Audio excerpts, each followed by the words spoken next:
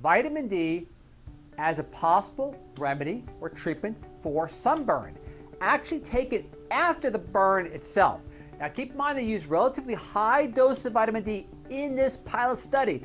And being a pilot study means it needs to be replicated in a larger population, and also look at possibly any confounding factors from other researchers that could have altered the outcomes per se. However, the researchers did a pretty good job in regard to checking out potential confounding factors that could have interfered with the outcome of this trial. Without getting too technical, let's go right into the research details as follows. Published citation title is Vitamin D may improve sunburn according to a new clinical trial.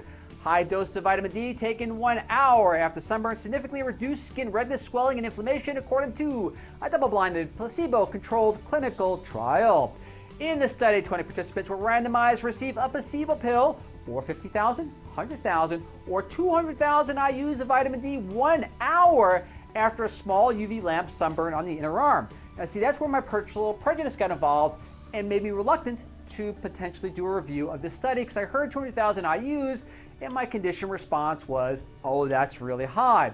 However, as thinking to myself, with 200,000 IUs of vitamin X, I wouldn't have the same reservations.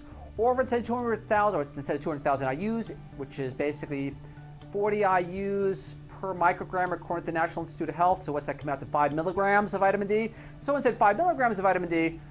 I still would not hold those reservations. So I myself began to unfairly bias the research based upon hearing that extended number. But to proceed as follows. Vitamin D 1 hour after small UV lamp, which I repeated already. Research reminded me that had to be fun. Yeah, let me burn your arm. So research followed up with participants 24, 48, and 2 hours, and 1 week after the experiment, they collected skin biopsies for further testing. Participants who consumed the highest dose of vitamin D had long-lasting benefits, including less skin inflammation 48 hours after the burn. Participants with the highest blood levels of vitamin D as well also had less skin redness and a jump in gene activity related to skin barrier repair.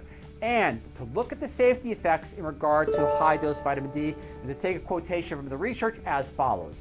No measured vitamin D3 metabolite increased into a toxic range. Remember, we're talking as high as 200,000 IUs in a single dose in any of the treatment groups throughout the study period. Furthermore, there were no instances of clinically significant hypercalcemia occurring in any of the treatment groups throughout the study period as well. Now, with that in mind, let's go into study parameters. Citation as follows. Funding, no conflicts of interest. Stat analysis is important. I like the fact that a lot of these research articles are now showing the mathematical model to use to retain the results. For example, a couple of my pet peeves is relative risk analysis. You'll find a lot of that with statins, or should say odds ratio, which ironically I still find on the CDC websites. There's really great ways of making the research appear better than it actually is. By listing the statistical analysis down, it does a great job. For example, like power calculations, which ironically every time I hear a power calculation, which I didn't necessarily use here, I keep on thinking Dragon Ball Z. There's a hidden joke there. I'm sure some of you will find it. All right, but beside that, proceeding forward into this, basically the length. Participants, 24, 48, 72 hours, as repeated. Study participants were obviously human, as we just stated prior. All right. And how they burnt their arm and so on and so forth, which again had to be just like here. Let me see your arm for a second. Dosages, 50,000, 100,000, 200,000 IUs. Remember, 200,000 IUs converts to 5 milligrams. Results. This is just astounding. This is why I'm really hoping they do a little bit larger study or redundant studies to make sure there were no hidden confounding factors that no one may have been recognized. Confounding factors, for those not familiar, means bias or some other way you can make a mistake. So, as follows. Results. Participants who consumed the highest doses of vitamin D had long-lasting benefits, including less skin inflammation 48 hours after the burn. Participants with the highest blood levels of vitamin D also had less skin redness and a jump in gene activity related to skin barrier repair. As we said prior. Now to quote, we found benefits from vitamin D were dose dependent, meaning the more, the better. So, we hypothesized, claiming the researchers, that vitamin D helps promote protective barriers in the skin by rapidly reducing inflammation. While we did not expect, which is the fun part about science, vitamin D was not only capable of suppressing inflammation, it was also activating skin repair genes.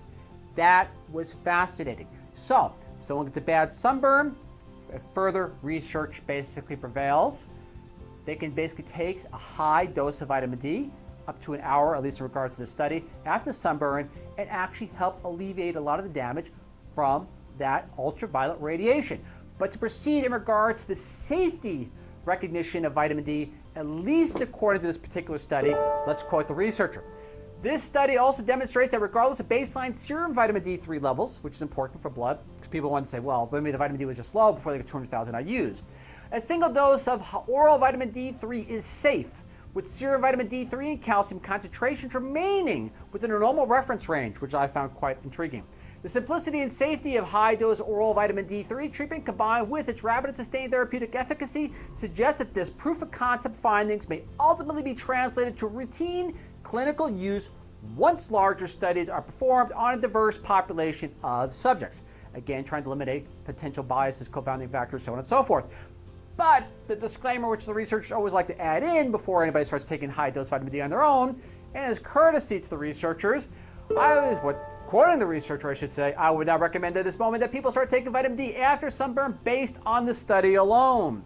But the results are promising and worthy of further study, said the researchers and colleagues, and planning additional studies that could inform treatment plans for burn patients. So it's a beautiful little study. So all the information's out there. So if you want to take the patient data or sample group of population, throw it into your little R commander or basically Python, or Excel spreadsheet has a wonderful data analysis add-on if you want to do that in regard as well, to basically to reinforce their findings, you should do it. But again, beautiful, beautiful research. Appreciate listening to the statistical analysis or methods involved in this pilot study, and a great, great promise for basically people suffering from bad burns, from ultraviolet radiation, so on and so forth, for vitamin D in the future, as well as potential safety efficacy of single-dose, high-dose vitamin D if these studies are confirmed in larger populations. Again, this is Ralph Turchiano signing off. I hope you find this information useful, and as always, thank you for listening. I look forward to see you all again in 7 days. Catch you then. Bye.